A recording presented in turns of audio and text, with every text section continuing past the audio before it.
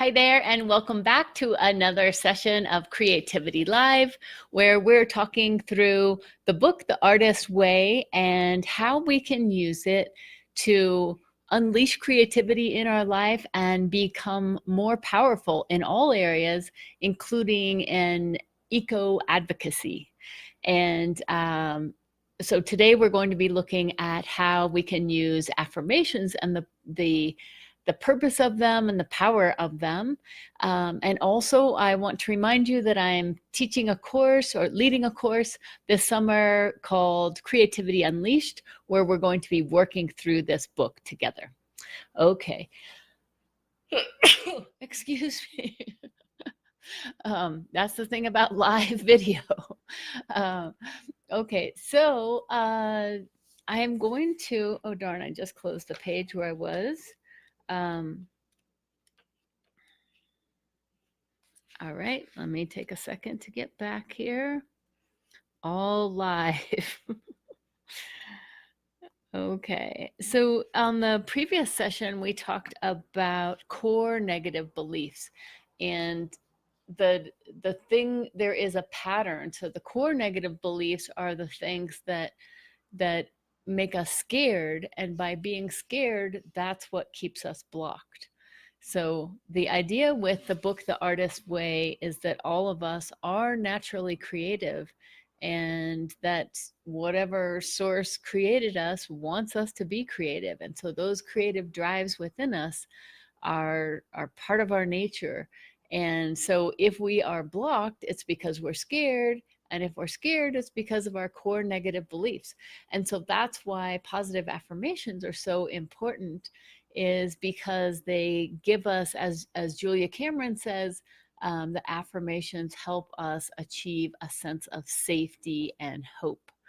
And so some of the affirmations that she uses are things like, I am willing to create, and my creativity heals myself and others. My creativity leads me to forgiveness and self-forgiveness. And in chapter 1, she gives an example about how, let's see here. Okay, so this is, here's an example. Paul had always wanted to be a writer, and yet after a brief flurry of college creativity, he stopped showing his writing to anyone. Instead of the short stories he dreamed of, he kept journal after journal, each following the last into a dark drawer far from prying eyes. Why he did this was a mystery to him until he tried working with affirmations and blurts. When Paul began writing his affirmations, he was immediately shaken by an almost volcanic blast of disparagement. He wrote, I, Paul, am a brilliant and prolific writer.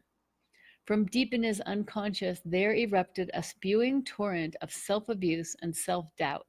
It was numbingly specific and somehow familiar. You're just kidding yourself. A fool, no real talent, a pretender, a dilettante, a joke. Where did this core belief come from? Who could have said this to him? When? Paul went time traveling to look for the villain. He located him with great embarrassment.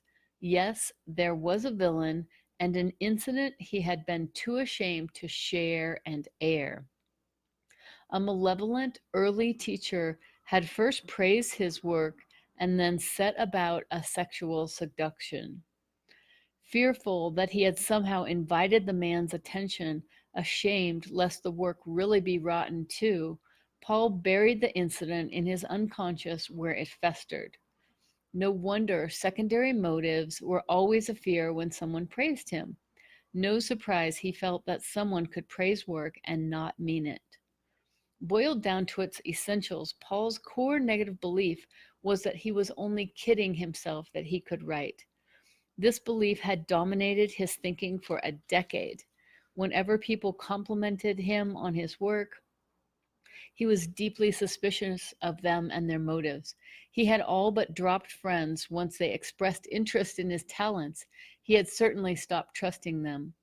When his girlfriend Mimi expressed interest in his talents, he even stopped trusting her. Once Paul brought this monster up from the depths, he could begin to work with it. I, Paul, have a real talent. I, Paul, trust and enjoy positive feedback. I, Paul, have a real talent, and repeating it. Although such positive affirmations felt very uncomfortable at first, they rapidly allowed Paul the freedom to participate in the first public reading of his work. When he was widely praised, he was able to accept the good response without discounting it. Turn now to your own list of blurts. They are very important to your recovery. Each of them has held you in bondage. Each of them must be dissolved. For example, a blurt that runs, I, Fred, am untalented and phony, might be converted to the affirmation, I, Fred, am genuinely talented. Use your affirmations after your morning pages. Also use any of the creativity affirmations that are listed here. And so some of those that are listed are the ones that I read earlier. I am willing to create. My creativity heals myself and others. My creativity leads me to forgiveness and self-forgiveness.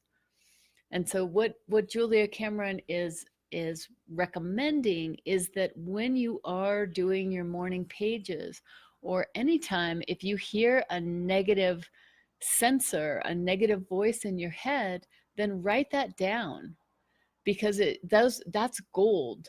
To know what those thoughts are that are stopping you from being creativity, that's golden. That's the door to unlock, to figure out where did that come from, and to be able to turn that around into a positive affirmation. And I love how she says in here to write the positive affirmations after you do your morning pages every day. I know for myself, when I first started learning about affirmations, I thought that they would be like you say them once or twice and it would instantly change things. And although it does often illuminate things, um, I realized that the number of negative thoughts that I have in my head all day is quite a few, maybe it's thousands.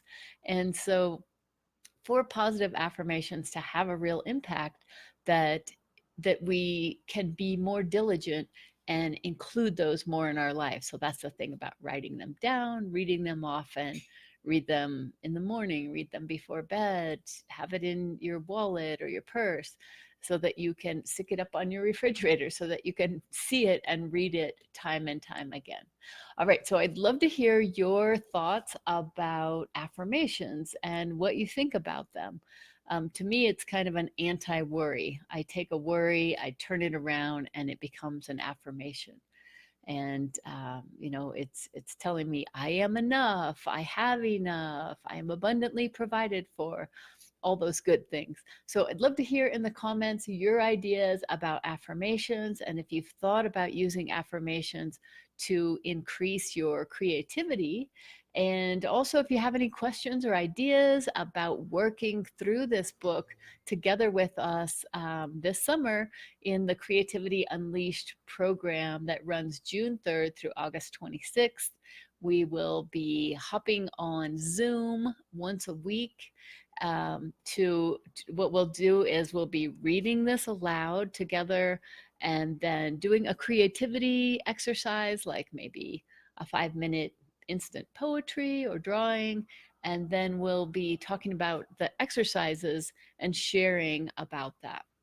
And you can either join by Zoom, or you can, which is a video conference like Skype, it's a free thing, or you can just dial in by phone. All right, so I'd love to hear your thoughts about affirmations and how especially we can use them for creativity and for being more effective as we're doing our work to help the planet and every living being on it. All right, thanks so much, everybody. Have a lovely day, and look forward to hearing your thoughts. Okay, bye.